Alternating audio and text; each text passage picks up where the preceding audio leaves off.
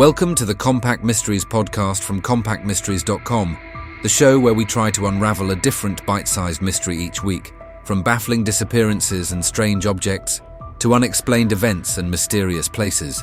This is episode 59, The Mystery of the Lost Civilization of the Indus Valley. More than 4,000 years ago, long before the Roman Empire rose and about the same time as the pyramids of Giza were weathering their first sandstorm, a vast civilization flourished along the fertile plains of what is now Pakistan and northwest India. Its cities were sophisticated, its people skilled engineers and traders, its culture advanced in ways the ancient world should not yet have known. And then, almost as suddenly as it arrived, this civilization faded into silence. We call them the people of the Indus Valley, or the Harappans, named after the first of their cities discovered in modern times. They left behind sprawling ruins, intricate artwork, remarkably standardized architecture, and a writing system we still cannot decipher. They built the earliest known grid plan cities in the world, with advanced drainage and sanitation that would not be matched again for thousands of years. Yet we do not know who ruled them, what they believed, or even why they vanished. The Indus Valley Civilization is one of history's greatest puzzles, a powerful society hiding its story behind walls of time and undeciphered symbols. To investigate their mystery, we must sift through the relics they left behind and listen to the silence that swallowed them.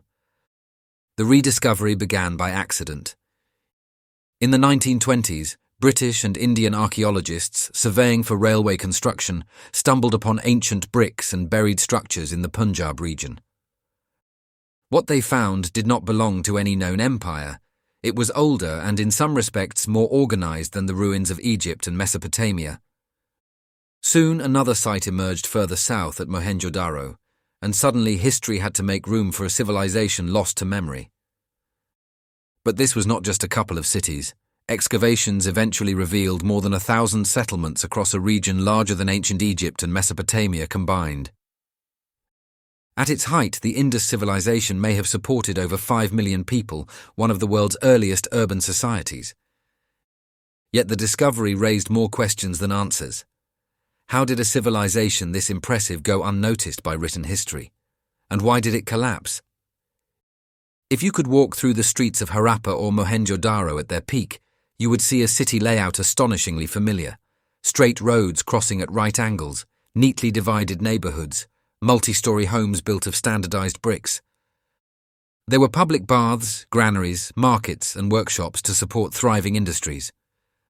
What truly sets the Indus cities apart is their drainage system. While much of the ancient world simply tossed waste onto the streets, the Harappans engineered covered sewage channels beneath their roads and private bathrooms inside homes. Their urban planning suggests a deep respect for cleanliness, order, and community welfare. But what you would not see is equally striking. No palaces, no grand tombs, no colossal statues of kings or gods, no evidence of armies. Power, it seems, was not displayed through monuments or violence. It was something quieter, maybe communal, maybe administrative, maybe spiritual in a way we no longer recognize. A civilization that organized so much left remarkably little evidence of hierarchy. On seals, pottery, and tools, the Harappans left behind tiny inscriptions of a script no one can read. It appears in short bursts, a few characters at a time, like names or labels. The symbols show people, plants, and abstract marks that might represent sounds or entire words. But without a bilingual key like the Rosetta Stone, its meaning remains locked away. This indecipherable writing separates the Indus civilization from almost every other major ancient culture. We can read the Egyptians, we can read the Sumerians, we cannot yet read the Harappans. What stories are trapped in those symbols? Laws, trade records, poetry, religious hymns, their own explanation of who they were. Until the code is cracked, their voice remains muted. The Indus Valley people were not isolated. Archaeologists have found their distinctive square seals as far away as Mesopotamia. Their goods, beads of carnelian, expertly crafted pottery, cotton textiles, moved along early trade routes that stitched together different cultures. In return, they imported metals, luxury items, and ideas from afar. Their economy appears to have been both centralized and efficient. Standardized weights ensured fair trade. Workshops produced goods in bulk. Ports along the Arabian Sea connected the inland cities to the world. This was not a forgotten corner of antiquity. It was a powerhouse of early globalization. Religion in the Indus Valley is a tantalizing mystery. Small statues suggest worship of goddesses associated with fertility and nature. Some seals depict a figure seated cross-legged with horns, possibly a proto-Shiva, a hint that their beliefs may have influenced later Hindu traditions. But there are no temples towering over the city, no vast complexes dedicated to deities. If organized religion existed, it was woven into everyday life rather than elevated above it.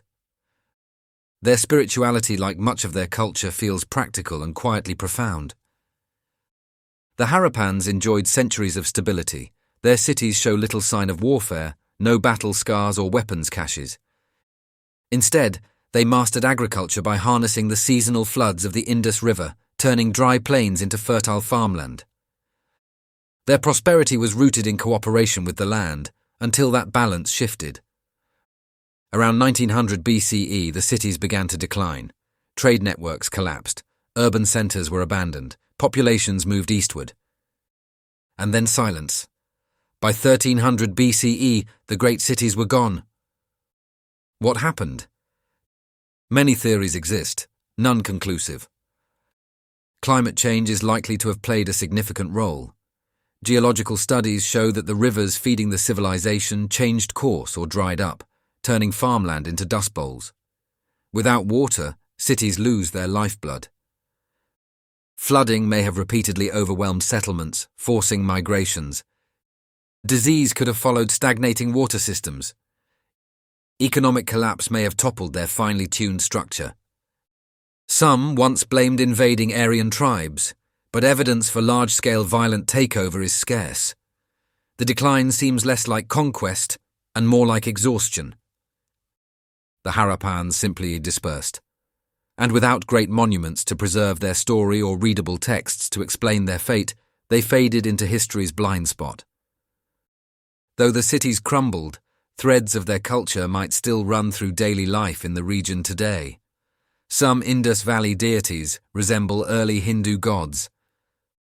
Certain symbols survive in folk traditions. Ancient bead-making techniques remain in use. Town planning principles echo in later civilizations. It is entirely possible that the descendants of these people continued to live in South Asia, but their identity changed over time, and their achievements were forgotten. Their story might not be lost, only obscured beneath new chapters. Modern technology has begun to revive the Harappan world. Satellite imaging reveals buried riverbeds and lost settlements. DNA analysis is unlocking clues about migration and ancestry. Chemical studies of artifacts trace trade paths across oceans and deserts.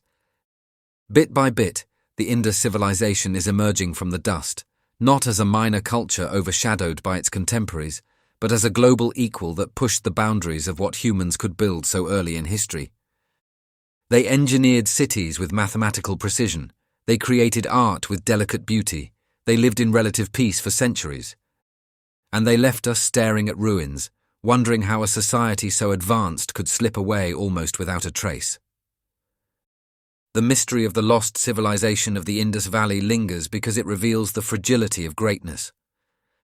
A society that mastered sanitation, architecture, and long-distance trade, achievements humanity took thousands of years to replicate, vanished not due to conquest or collapse of morals, but perhaps because nature shifted ever so slightly out of balance. Their writing awaits a translator. Their rulers remain unidentified. Their beliefs whisper through artifacts, but refuse to be fully interpreted. The Harappans remind us that history is not a straight line of progress, but a series of peaks and forgotten victories.